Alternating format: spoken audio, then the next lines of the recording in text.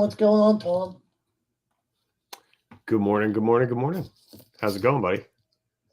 Yeah, how you doing? I'm good, man. I'm good. I can't complain too much. Let me see. You sound like you're far away. What's going on here? Let me. Oh, you know what? Let me double check. Yeah. Now we sound better. There we go.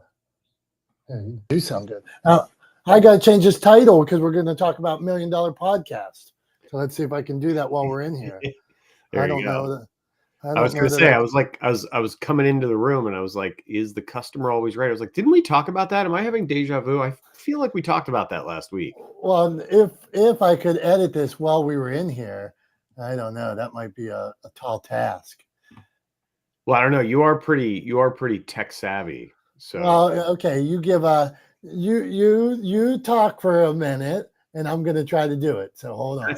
That's a dangerous thing to do, Dom, is to just ask me to talk for a minute, because you never know where that's going to end up. And I can talk for a minute. So I don't know. So I guess what's new in my world? Well, we're just coming off of a 10-day stretch of family visits. So it's been a sort of hectic, schedule-less, routine-less 10 days. Becky's mom and her husband were in town visiting all last week. And then my sister came through New York on her way back to Illinois from visiting my folks up at their place up in Canada.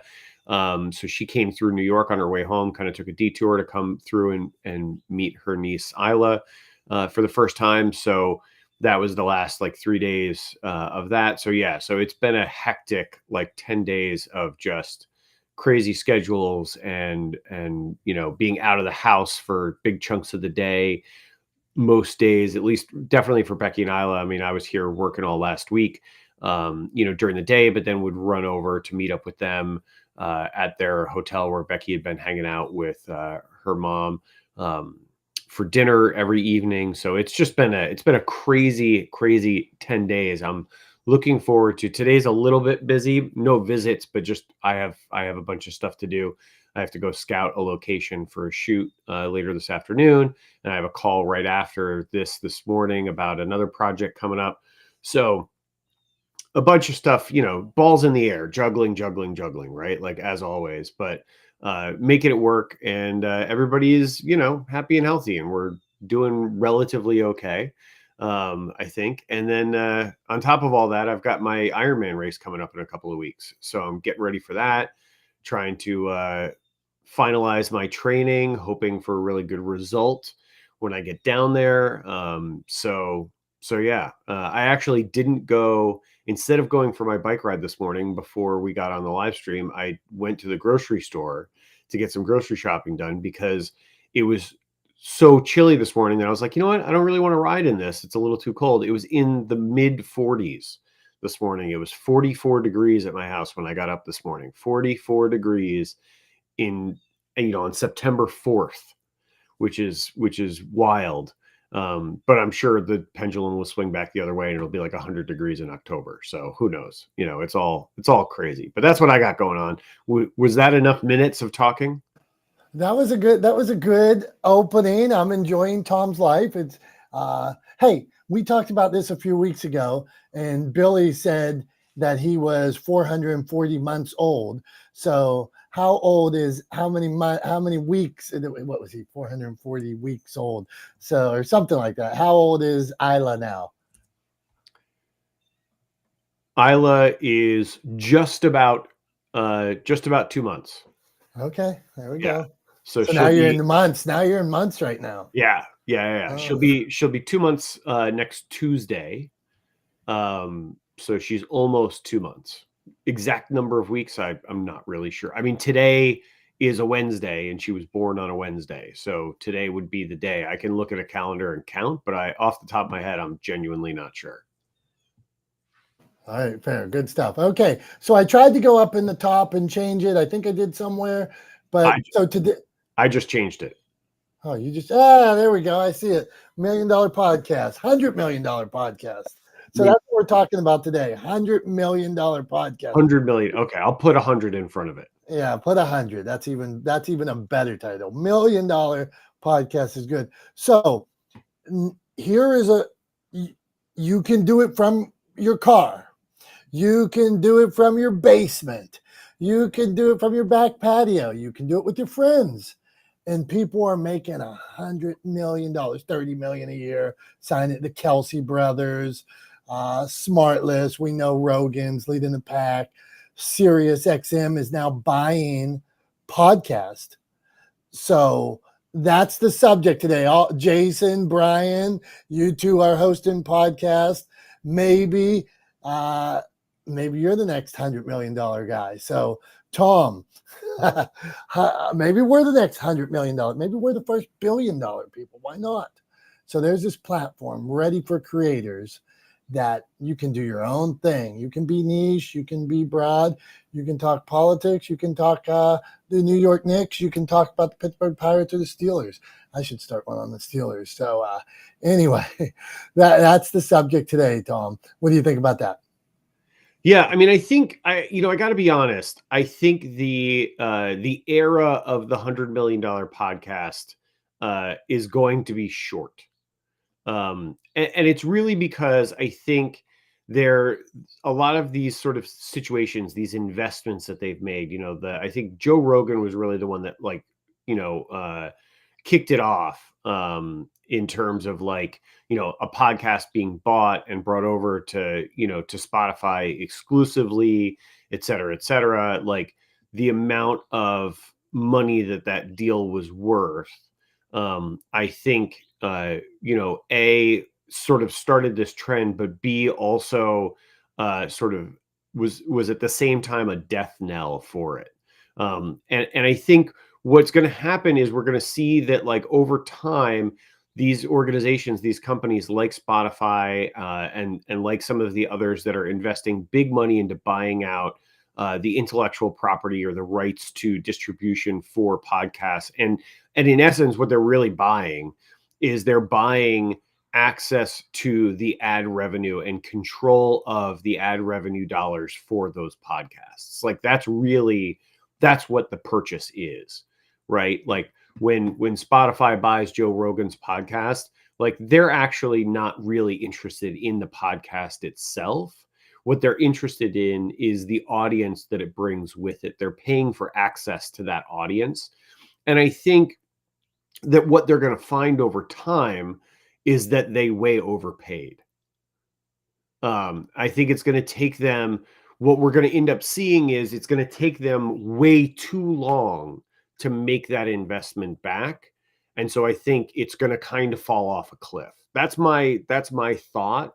I think this idea of $100 million podcasts, I think, are going to sort of fall off the cliff in the same way that we're seeing a move away from sort of the $100 million blockbuster film production too, right? Because they're just nuts. It's too big a gamble. It's too big a risk for these companies to take consistently, right? So we're going to see sort of a surge of it. And some of it is companies just trying to outpace each other and outpay each other, so to speak, for these sort of large audience podcasts. But I think at the end of the day, they're going to go the way of, the $100 million movie, where they are few and far between, right? Where every once in a while you hear about somebody's podcast gets bought for $100 million or several $100 million, but it's not going to be sort of the regular occurrence of these multi-10 million, tens of millions of dollars or hundreds of millions of dollars buyouts that we're seeing right now. There's not going to be as many of them. They're going to be few and far between. And I think that's going to happen pretty quickly. That's my sense of it. So I'm not holding out hope to be the first $1 billion podcast, Dom. I'm sorry. I was called a wet blanket when I was in first grade because even then I was apparently a little too pragmatic for my teacher. She literally called me a wet blanket. I went home and I asked my parents what that meant. And they explained it to me, and I was like, "Well, that's not very nice for a first grade teacher to say to a kid." But But yeah, I'm just being pragmatic. I'm being realistic, and I just genuinely don't see how it can continue. Like, where do you go, right? Like, $1 billion podcast, that's absurd. It's absurd. The amount of time it would take to make that money back is just insane. Come on now. Okay, let's talk about this. So Swift, you're going to sell for $100 million. So let's go on. What do you think? Is it? Oh, Swift's gone. He'll probably be back. Brian, you selling for $100 million? You think? Are you No. listening to more podcasts now? Are you checking podcast out over TV? What? No, I'm not selling for that. I mean, it'll never get that big. I just don't see it getting that big. I don't know. So you think it's done, like Tom, or you think it's no? I agree with Tom. I agree with Tom. Somebody will have a niche that will catch, and they'll stay at it long enough. But it's having the ability to stay at it and still do all the other things you want to do. But I don't think you're going to. There's I guess I don't want to say there's no uniqueness out there, but it's I don't want to say it's a fad, but I mean I don't think you're gonna see it explode with multi-millionaires holding podcasts. I just don't think the value's there. I guess that's the best way of trying to put it. I'm complete. That's fair. I wonder how much like a Ryan Seacrest makes on like top 40. Like, would you compare this with radio, or what genre for advertising revenue do you compare it with? I thought Swift was going to answer. Go on. No, that's a good question. I'm thinking. I don't consider it radio because it's a lot of it's based on people's opinion. Even though I think there's people out there like Tom that even their opinions are extremely factual. But it's not radio. It's definitely not TV. It's there's no visual, so you can rule out anything visual, live streaming, and anything like that because it's not visual. So I guess comparing it to really what radio, and I don't think it's that. It's it would remind me almost of, and I'm showing my age, but I remember it picking up the phone and it being a chat line. If I don't think anybody here is old enough for that, but back in the day, you could pick up your phone and there could be several different people having a conversation on it from somewhere else, or you'd pick up somebody, and it's almost like that. And yeah, I just don't see the value. I'm complete. I never had a party line, Brian, so I don't personally remember it, but I remember seeing it referenced in film and TV when I was a kid, and my parents have both talked about it because they also remember. I think my dad remembers and my mom remembers when they were young that like telephone numbers were not 7 to 10 digits long. There weren't like area codes or you would call up. You could actually call a switchboard. I think my dad remembers calling a switchboard or hearing his parents call a switchboard when he was a kid. Anyway, so I think there's a couple of things here that I think are worth sort of picking apart or digging into in terms of like what the ad revenue model kind of like resembles, because it's a bit of a mishmash. So I think one of the things that like radio really sort of is where ad revenue kind of started, then went to TV, but we see a very similar thing in radio and TV advertising in that it's very structured, right? There is a clear set time that the ad revenue is dedicated towards purchasing, and then within that time the advertiser produces a commercial that plays during that 30-second 60-second ad break or ad spot. Whereas like for podcasting, it's a different model in that So there are some podcasts where they have, but they don't, where they sell, to multiple sponsors, or they have multiple sponsorships per episode, but they don't sell a limited ad space. And similar to radio, a lot of times, like old school radio, the podcasters, the hosts of the show, will do the ad reads, right? So they do the read. So it's not wholly supplied by someone else. Maybe the script is supplied by the advertiser, and then the host does the ad read. But then there's been sort of a trend in podcasting that you didn't really see in radio. The strict adherence because of FCC regulations was you read the script as written, like you don't really ad lib, because there was danger of like creating an FCC violation and getting a fine, right? But you don't really run into that in internet distributed podcasts. And so what they're able to do is the hosts are able to sort of freelance in a way that radio hosts have not been able to, have been constrained from doing. They're able to essentially freelance and make the ads their own and add anecdotes. And I've actually even heard ad reads in podcasts where they will read in the script, insert personal anecdote here. Oh, I guess I'm supposed to talk about how I use this thing, right? And then they get into talking about how they use that product or why they subscribe to that service or whatever the case may be. So I think that there is sort of a clear difference there in the model, that there's a lot more room for sort of customization for the audience at the hands of the hosts of the show in sort of the podcast model. The other thing I would push back on, though, Brian, is that podcasts are not audio only. Radio is audio only.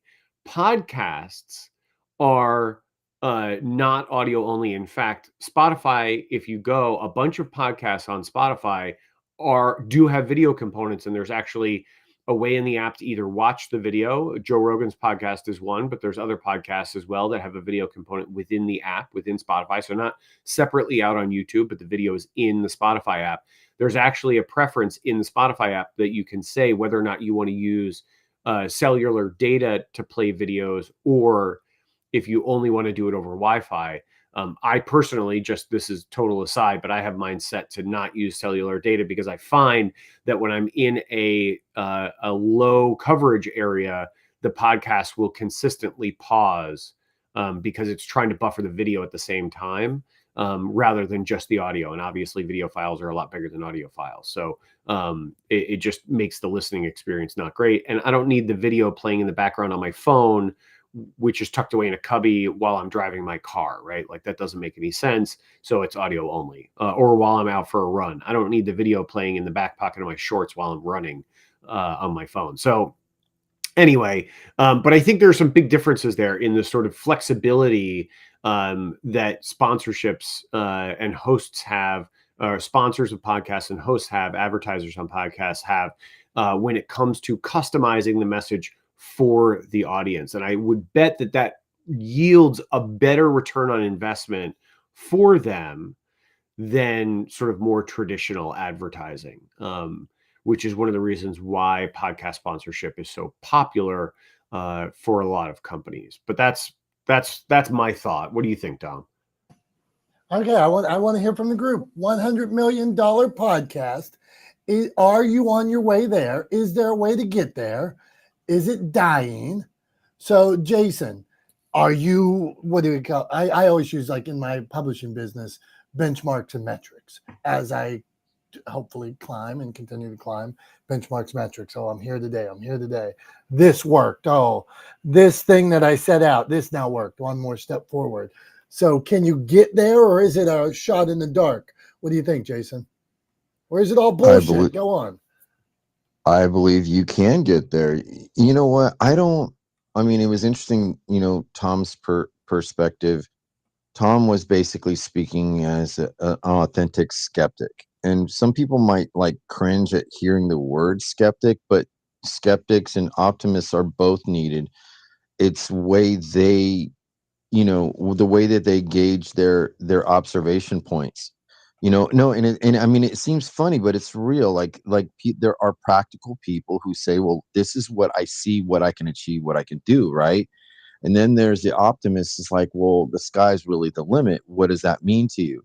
So when it comes to whether someone could make $100 million at podcasting, if one person has done it, more can do it. I think that it's really up to you. It's if you, that's your destination and you want to sell for 100 million, then yeah, okay, that's the finished product. That's the goal, right? But what is hard for us to understand is like all the work and the variables that go into the from point one to point finish. You know, we don't know. We don't control those. We can make a lot of efforts. We can try to reach, but I just don't believe in putting limitations, even when you're realistic, even when you're a practical person or a skeptic. I don't believe in doing that because you don't know your own capacity. I've been telling my friends, like, look, you underestimate your abilities, but you over anticipate your difficulties. And when people talk like, oh, you can't do this, you can't do that. Great. That's not where you're at. Fine. You know, you haven't done it that way, and neither have I, but I'm willing to find out, you know. And I like what Rick Rubin wrote in his book, The Creative Act. He's like, you know, instead of thinking that you can't do it, it's like, I just haven't done it yet. So it's like, if that's really your goal to reach $100 million and sell your show, great. And you could probably repeat the same process because the storyteller, he's the one, like if you look at Joe Rogan, I don't know many people that watch his full episodes. I know people watch parts because he makes those clips, right? So even you guys make your clips, and I'm sure people go and look at what you make, but do they watch the whole piece of content? People are only interested in what they're interested in. So there's strong indication that small form content does better than long form. We don't know. There's apps and, you know, measuring tools that can tell us indications, but, you know, I always feel like there's a variable negligence gap that is not really seeing what's going on, but does kind of see. So I don't know. I mean, I just, whatever, if you want to go for it, you know, who's to tell you no is not where you're at? You know, I just don't want to do that. And, you know, what is your real goal? Make $100 million? I'm sure there's many other things you can do to make $100 million. It's just, what's the exchange? What are you willing to give up to have that in? So that's where I stop. And thank you for the time. Hey, good stuff, Jason. We appreciate you. And to one, I like that you called Tom a skeptic. So I'll clip that. He's a skeptic. He's a skeptic. But no, your point's valid. And sometimes I could be too, they say we all have blind spots. And I might have a blind spot sometimes of, well, I'm just going to knock down these 1,000 doors and make this happen. Well, maybe I need to back it down and be a little more pragmatic. So I try to balance that, but your point is strong there. So, okay, Tom, we rolling into Dr. Tachi, or you want to add something there? I just wanted to throw in one thing. I mean, first of all, I've been called way worse than a skeptic, so I'll take it. I'm fine with that. I am skeptical of it. But I think the thing that I wanted to say was that at the end of the day, when it comes down to the $100 million goal, right, of a podcast, of maybe producing a podcast and then trying to turn it into $100 million podcast, I don't think that that's necessarily a bad goal to have. Where I wasn't really talking about goal setting. What I was talking about from the individual perspective, what I was talking about the overall sort of industry trend and what I think is going to happen with the industry and the prevalence of people being willing to spend $100 million to secure exclusive rights to a podcast. And I think that is going to fall off. Does that mean that I don't think you should try to build an incredibly valuable brand around your podcast? Absolutely not. I 100% think that you should try to do that if that's something you want to do. Absolutely 100%, go after it. But in terms of the industry trend, I think over time, we're going to see a pretty sharp decline in companies securing the exclusive rights to podcasts for tens or hundreds of millions of dollars. That's what I think is going to happen. So, in terms of an industry trend. So I just wanted to clarify that, like the kind of the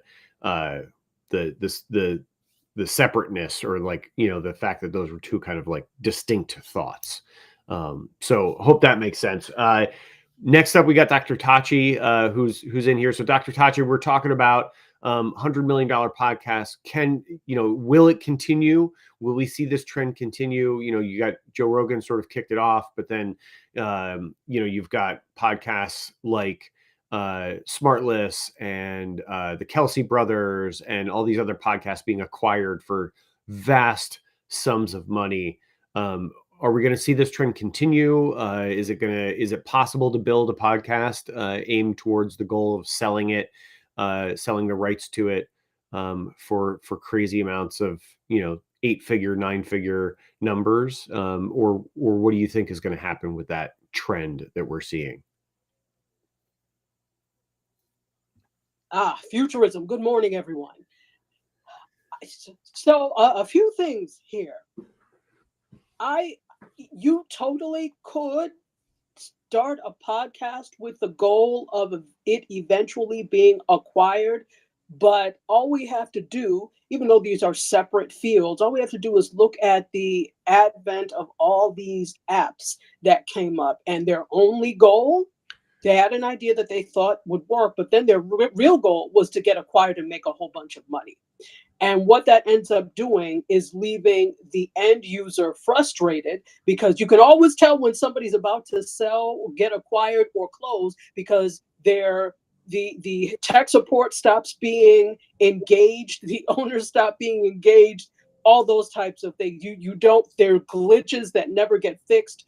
And so even though that's kind of a different thing, if you look at podcasting in that same light, if you are only starting a podcast with the end goal of it being sold, you're completely, in my opinion, missing the point of a podcast, which is to engage a community and engage listeners / viewers. Because then it all becomes all about the money, and why do you care what you say if you're only engaged in the money? And as foolish as we like to think audiences are, they are not that foolish. They will catch on to you eventually. So money cannot be the only goal. Can you do it? Yes.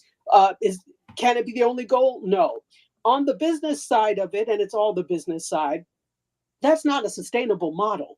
So what's happening now is you keep hearing about the Kelsey brothers, and you keep hearing about, especially like you said, Joe Rogan started it off with the 200 million that he got, and everybody's like, oh, we can build a podcast, we can make 200 million. Well, no, you can't. And I'm not trying to be rude, but it's the same argument that people use for, oh, well, not Steve Jobs. Was it Steve Jobs? I forgot who they keep pointing to who did not go to traditional college. Okay, Zuckerberg dropped out, and so they keep using those as the model, when the reality is the overwhelming majority of people who get to that point have gone to college, and you don't have to go to college to be able to make it and live well. That's not what I'm saying at all. But what I am saying is, for the majority, that's probably going to be the route that you have to take. So people doing something that another person did because it worked for them is probably not the best thing to do. So there are a lot of people that are getting into the game now, and have been getting into the podcast game since it started becoming big. Like, I would say it really started to grow wings like 10 years ago. It started to really grow wings. So they got into it because of it, and everybody has a podcast. And then during the pandemic, it grew even more because we were, sequestered all day. So now even more podcasts came about. So I think, to sum this up, if you're doing a podcast, it has to be about building community first. And then secondarily, this is my opinion, secondarily, we can make money because you built something great and people value it. Not because you're trying to sell value that you have not earned. That's number one. And then number two, from a business standpoint, paying $100 million, $200 million a shot for podcasts, even if you're not doing it for everyone, that's not a sustainable model, in my opinion. Where is the ROI going to come from with that. Now, what I do think is you can do well with a podcast, definitely, but you can't expect one platform to give you all the money for it. It has to be multiple streams of income. You have to do different things for that. And for the overwhelming majority of people who will do well with podcasts, whether it's audio only or video as well, it's going to be a combination of different monetization methods that get you there. Maybe not to the 100 million, but maybe to the 100 million. So those are my thoughts. I mean, I think Dr. Tachi, you nailed that. I think look, you know how I feel about building community and delivering value to your audience. So I absolutely believe and agree with you wholeheartedly that should be the primary focus of the content that you put out and the podcast that you build. It should be focused on delivering value first for your audience. And then returning value to you second, and in this case, we're talking about value to you through sponsorship, right, and through ad sales. And I also agree that it's not a sustainable business model. The $100 million. I would actually love to see. Because I know they exist. They're not public, but I know they exist. That Spotify has projections, and they've laid out a timeline of when they expect Joe Rogan's podcast to actually start earning them money, right? I want Tom. You mind just what do you have on that number? Like, no, I have no idea. I have no idea what Okay. it is, but I want to see the projections because I'd be willing to bet that it's a long time before they realize any real profit on that investment, any real gain on that. I'm coming in here hot because I'm just wondering, like, if they bought it for 100 million over 10 years, he puts out X amount of shows. I mean, Super Bowls don't get, how many downloads does one of his shows get? Like, I mean, I wonder if he gets like more downloads than a Super Bowl. Like, why shouldn't his ads cost $500,000 an ad? I don't know what they cost, but why not? I mean, first of all, I'm sure they're per ad, they're not anywhere close to that. But we're talking about $200 million, right?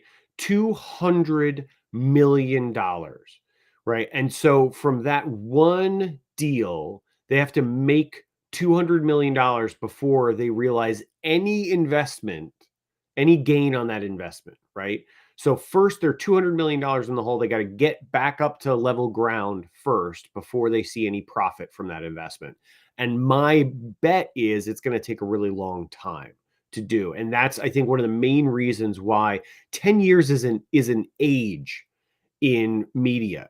There is entirely a possibility that in 5 years, Joe Rogan's podcast could fall out of favor and their downloads could go from 10 million an episode to 10,000 an episode, right? I mean, that's entirely possible. The public is fickle, right? Media is a constantly changing and evolving industry, and staying at the pinnacle of it for decades on end is a virtually impossible task, right? So I think it's a very risky long-term investment to make in a media property like a podcast. And so I think that's one of the main reasons why I think it's going to peter off, because it's not sustainable. It's not possible to realize a return on that investment in a time frame that suits the organization or the industry writ large. I think the other thing too, to Dr. Tachi's point, where she made the analogy to what happened with the app industry, where people were building apps just to sell them, just to be acquired. And we saw, one of the big things we saw there is like economics 101, right?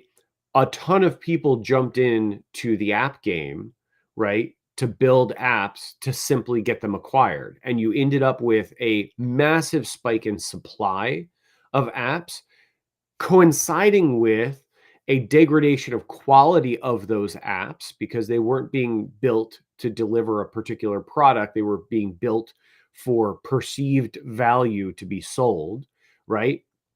So they were basically being spit shined and put up for sale, right? And not actually really delivering on their promise. It's like you could shine up the outside of a car, but and spend a ton of money on it and then pop the hood and realize there's no engine in there, right? It's not actually going to take you anywhere. So we saw that kind of thing happen with the app industry. And I think Dr. Tachi nailed it with that analogy. I think the podcast industry and the app industry, there are definitely some very strong analogies there, some strong parallels.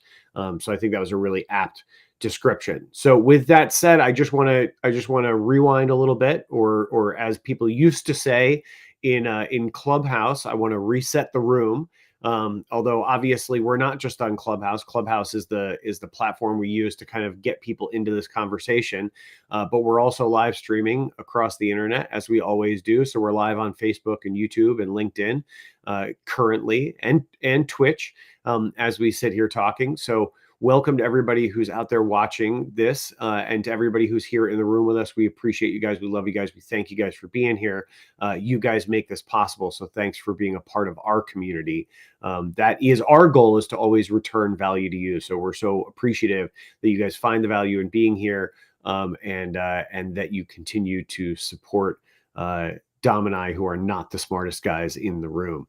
So thanks for that. I saw John a couple of minutes ago. You had your hand raised. Did you have something you wanted to throw into the conversation? Yeah, I want to add in some very quick. You do some a quick search on Google. Estimated downloads for Joe Rogan podcast. The Joe Rogan Experience has been downloaded more than 200 million times per month. 200 million times per month. The podcast has over 1.9 billion lifetime downloads, and we go on to it.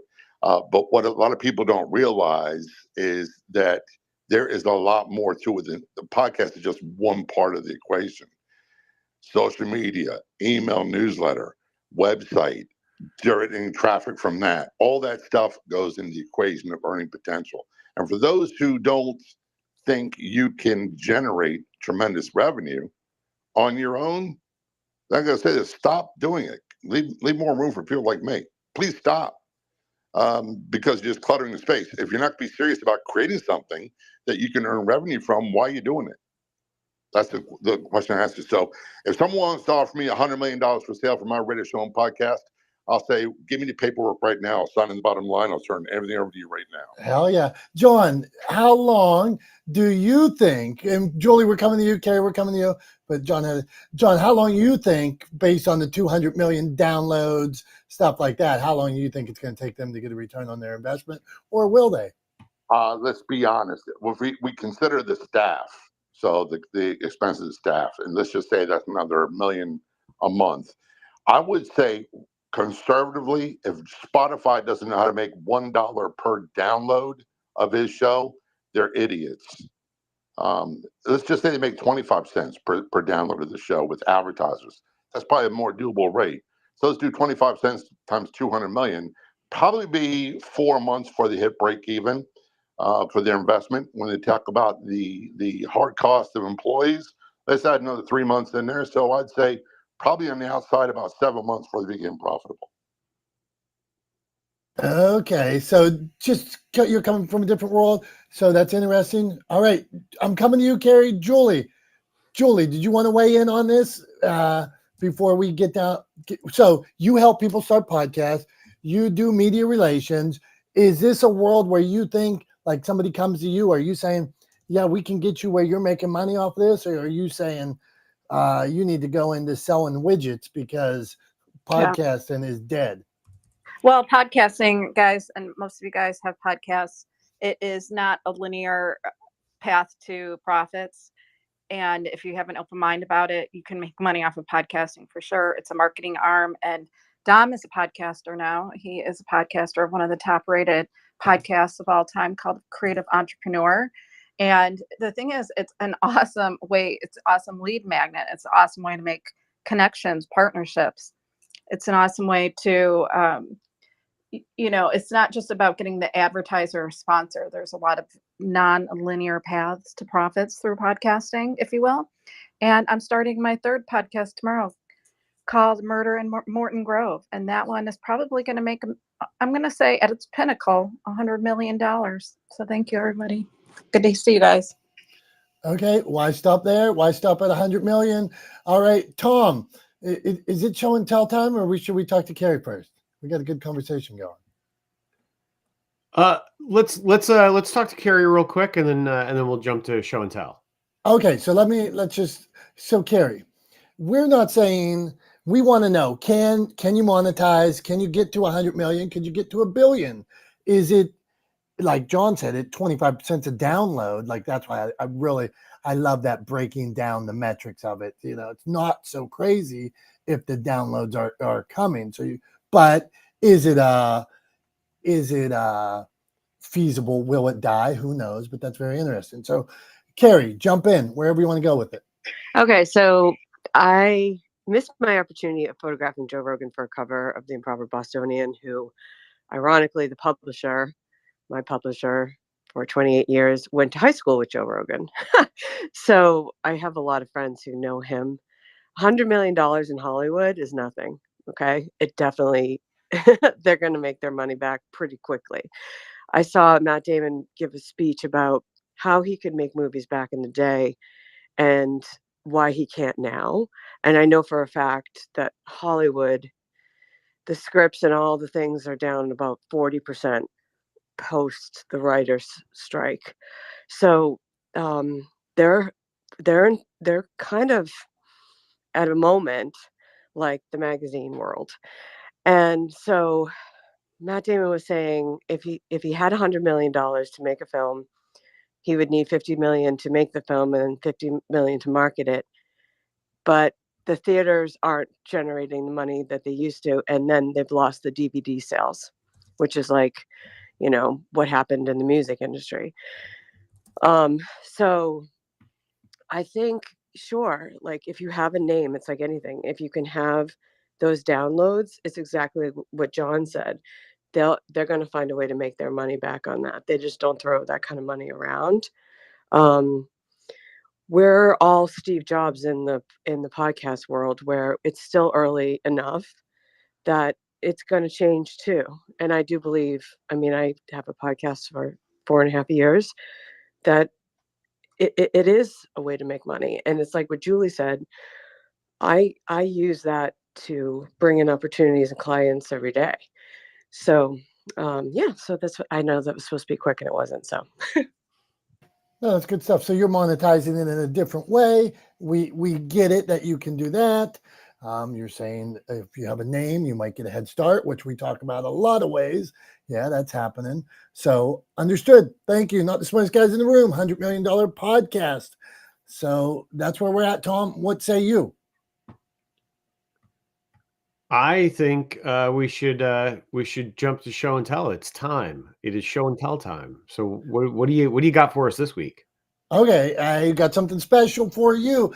And Heather, Dante, Howard, if you want to come up, and we're talking about $100 million podcast after this special show and tell, come on up. Okay, Tom, here we go. So today I'm going to tell you about when my heart broke in 1992, and it is still broken today. As a young man, I loved baseball more than basketball, pre my fascination with Michael Jordan. The Pirates were such a good team back then, so I got my little Pirate starting lineup figures. Bobby Bonilla was my favorite. Then they traded him to the Mets, like the Pirates do. They had Van Slyke. They got rid of him. But the person that I want to show you that makes me the maddest is Sid Bream. This is Sid Bream here. We traded him to the Atlanta, and then when we traded him to Atlanta, we were in Game 7 of the finals one year in 1992, and this old guy with a beat-up leg scored from second base. We lose, and we haven't been good since. So I'm thinking I should have actually led a match to this and burned it, because it's been a curse since 1992. We've stunk. We only won the last championship was 79. So really, I was just a little bitty baby last time we won, and it is all because of Sid Bream here. So I'm not always positive. Sometimes people like Sid Bream and the Pirates now falling below 500 this year, and they're going to have another losing season. No World Series for me. So I'm brokenhearted, Tom, and it's because of Sid Bream. Well, you still got, I guess on the upside, from your hometown, you still got your Steelers to root for, right? So you got at least, and it's kind of, we're getting into football season here, so you've got a hometown team to root for, and baseball season is winding down. So, there's that, I guess. There's looking up in terms of that. It's funny, like the figurine of Sid Bream that you held up. I mean, I don't know his name. I know Bobby Bonilla, but I think that's because I was never a big baseball person, but I'm a New Yorker, and he played for the Mets. So I know that name. What's funny to me about that action figure, or that figure, is he looks like if someone were to draw a generic, like late 80s, like baseball player, right? Like, or late 80s, I know it was early 90s you're talking about, but like that sort of like late 80s, the Don Mattingly, like the guy, like the guy with the big mustache, right? Like that's the generic, like when I picture a generic baseball player. Yeah, exactly. Right. From that era, they all have like the big bushy mustache. So it just, I thought that was kind of funny. Yeah, all the white guys have these big bushy mustaches from that time period. It was the Magnum, maybe it was the Magnum PI effect, that they were like, hey, you know who's really cool with a big mustache? Magnum PI. I'm gonna grow one of those. They were the height of fashion at the time, maybe. Anyway, I just think that's funny. But yeah, I appreciate it. I've never been a huge baseball fan. I did, with some buddies, have like upper deck nosebleed season tickets to the Yankees for a couple of seasons, and that was really just because it was fun for a group of us to go to those games together and have a good time. But I never really cared much about baseball. I never even played baseball, so never participated. It's too slow for me. I'll agree with the slow thing. My buddy Jim down there, his brother Steve told me one time, like when my son was little, he didn't really like baseball, and I didn't understand that. I thought everybody liked baseball. And then Steve, who's all American, he told me one time, he said, I hated baseball. It was too slow. It was hot out in the field. The stuff rubbed on me, and I just hated everything about it. I was like, people can hate baseball. So that's how I learned. Okay, I want to reset this here on the 100 million podcast. So John, Jolie, Carrie, Dr. Tachi, lead me with this question. If you want to, so somebody starting a podcast, is there a lowest hanging fruit on where they should be looking to, granted, I get Tom, community first. Now you're establishing a community. Is there a place where, this is how you would monetize first? Oh, you should have an ad. You should put it on this platform. You should have a class, a course. Is there anybody have that answer or a thought on that? I do, but you all have heard it many times. Go on, man. What do you got? Tell me. I'd start with Facebook. It is easiest to grow a community there.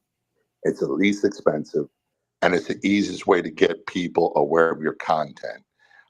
It is so mind-blowingly easy to do paid ads to get followers, and you can target those where you want geographically, age, gender, areas of interest. You can even select people that use iOS only and pay about 12 cents per follower. But most people don't do it. That's exactly where I'd start first.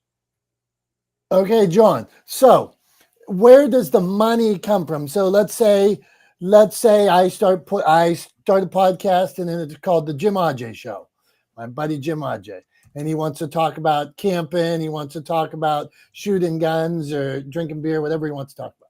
So once he starts his Facebook page, when gets followers, where is and it's around his show, where is the money coming from? This is where most people don't have any foresight, to be totally honest with you. Advertisers and sponsors, they'll pay to get in front of an audience, even if it's a small audience. If it is an engaged audience and it's a hard audience to get in front of, they'll pay even more.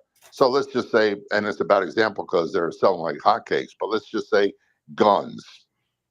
All right. We know that they have a difficult time advertising on radio and television. So if you have a community of 3,000 rabid gun followers on your Facebook page, you got something of value to a gun advertiser.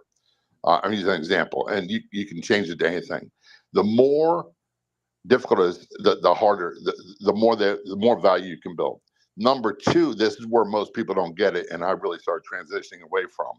It's great having paid advertisers, and I do, but it is it's like pushing the shoulder up. I mean, the shoulder up the hill every month. Get your own stuff. Julie hit on it. Your own ebook, your own lead development with websites where people can win contests, whatever. All that stuff is of value.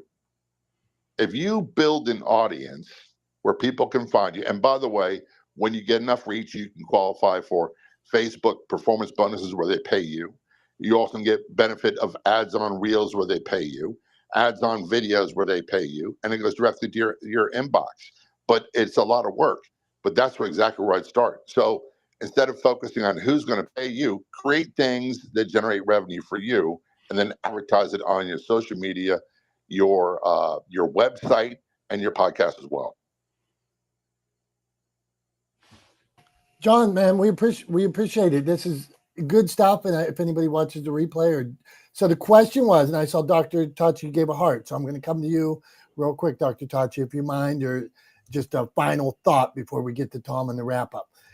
If somebody is starting out podcasting, where do they go for monetization? What are any low-hanging fruit so they could leave here and say, yeah, I hadn't thought about that. I should have done that. Dr. Tachi, anything that you could add? John was right on the money, and that's an excellent thought, definitely. I would also say to check out making your listeners your patrons. If you are giving value, there are so many in your audience that would probably be happy to chip into building the dream. So doing something like a Patreon, there are a bunch of different platforms, but Patreon is is probably one of the most well known. And then you're offering something, in addition to the value of it. Maybe you're doing an exclusive first look or first listen. Maybe you have an exclusive interview that you're only keeping for your patrons. Maybe you're doing things like meetups, etc. So you're offering some exclusive or some perks to your audience in exchange for being a patron every month. So that's a way to start to monetize as well. And, as we know, it's going to be a combination of methods, not just one, but that's another way. That's good stuff. I feel like today I'm leaving here and gonna start pushing like upload and gonna start making loot.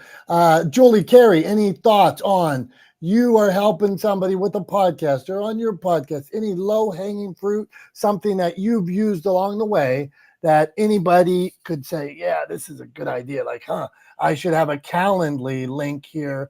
Like I have a Calendly link where I'll meet anybody for 40 minutes or so and we just talk books. But then there's another Calendly where should you want to like actually get like an hour and a half of advice and we're going to do it like this on any project you're working on, that's something different and they would pay in advance for that kind of meeting. So is there anything, Julie, Carey, that you guys have that you're like, yeah, this is the bee's knees, you got to do it? So going, what do you got? Julie, Carey? I'll chime in. When you Go say on. calendar, I can't say the word. You got to remove the friction with people, and you've got to, if you ask them to be on your show, you have to strike while the iron's hot and you have to get them scheduled. And I think that's one of the hardest things.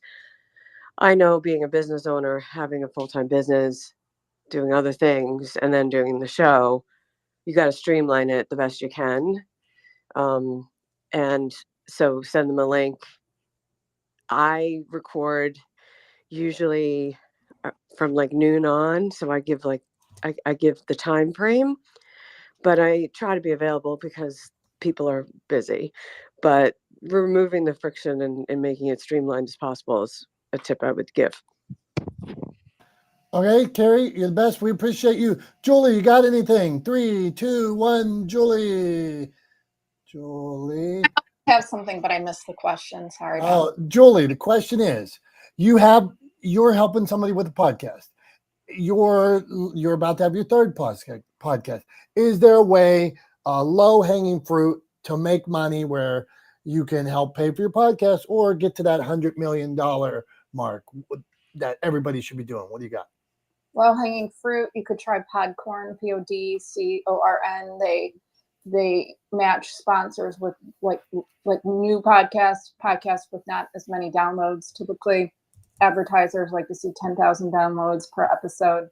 So this one kind of brings it back down. So you can try it out. It's highly competitive, but it's Podcorn, PODCORN. Podcorn, good one. Thank you. Thanks for playing. All right, not the smartest guys in the room. $100 million podcast. Tom has all the answers. I'm done talking. So what do you got for us, Tom? What's the wrap up today? Okay, yeah. So no pressure. Tom has all the answers. So first of all, Tom's going to start by saying he does not have all the answers, right? I'm just one guy with an opinion. I don't have all the answers. I promise you that. And there's even the opportunity that I'm wrong. But here's where I would kind of wrap this up. I think Dr. Tachi made a really good point about looking at these sorts of like massive $100 million, even tens of $1 million acquisition deals for podcasts as outliers, right? And what popped into my head was, there are exceptions to every rule, right? And these outliers, these massive podcast acquisitions are the exception, right? They are not the rule. So I think we sort of at our own peril treat them like they're the rule, right? It's great to be aspirational, and I encourage people all the time to set unreasonable goals. And if your unreasonable goal is to create a $100 million podcast, that's great. That's fantastic. My unreasonable goal is to humanize the world of business through better communications. That's a totally unreasonable goal. I will never accomplish that fully in my lifetime. And I know that, but I will get closer to it by trying than I ever would if I didn't try at all. Right. So I think it's absolutely okay and even a good thing to set unreasonable goals. But I think you also have to be a little bit pragmatic and understand that goal is likely unreasonable. Now, would I be completely over the moon and overjoyed and satisfied and happy if it turned out that I was able to single-handedly humanize the world of business through better communications, right? And create a better world to do business in? Absolutely. Who wouldn't be happy about that, right? But I understand that the likelihood is that I won't. And for most people with a podcast or with a radio show or with a hybrid platform show like ours, they're not going to create $100 million property. But that's okay. The other side of that is you absolutely can monetize even if your audience is relatively small, even if your podcast is relatively small right now, right? And will grow down the line. It's never kind of too soon to start thinking about how you convert the value you're providing to the world into dollar value for you, right? It's never too early to start thinking about how you monetize the value that you put out into the world, right? And I think we should all be fairly and equitably compensated for the value we deliver, whether that's for the job we show up for every day or for the content we create and share with the world and share with our audience to deliver value to them. So that's my 2 cents on the matter. But like I said, I'm just one guy. I could be wrong. Who knows? And I definitely do not have all the answers. I promise you that much. That much I know. I'm right about that one. I guarantee I'm right that I don't have all the answers. So that's all I got for today. Thank you all so much for being here with us yet again for another episode of Not the Smartest Guys in the Room. We appreciate you guys. We love you guys. We value you guys. And we can't wait to see you again next week, next Wednesday morning at 9:30 a.m. Eastern Time here in Not the Smartest Guys in the Room, streaming all over the internet, and also available to watch later on a variety of services, including Facebook and LinkedIn and YouTube and even Twitch. So check us out when you get a chance. We love you guys. We'll see you guys soon. Have a great